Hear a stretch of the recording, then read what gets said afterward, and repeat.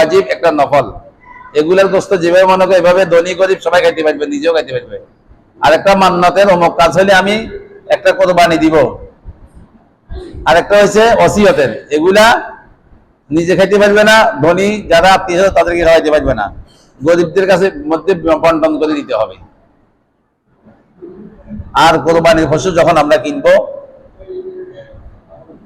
সুস্থ সবলটা কিনতে চেষ্টা করব।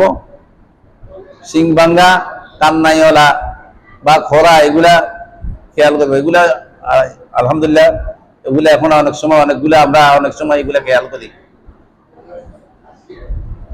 তো এই কোরবানি, এটার দ্বারা আমাদের আল্লাহ পাকের কাছে, আমাদের যে আল্লাহ পাকের হুকুমের কাছে নিজেকে নিজে কিভাবে সমর্থ করব, কিভাবে আল্লাহ পাকের হুকুম মানব, আল্লাহ পাকের হুকুম মানার যোগ্যতা আমাদের মধ্যে আসে। কোরবানি প্রতি বছর আসি, এটা আমাদের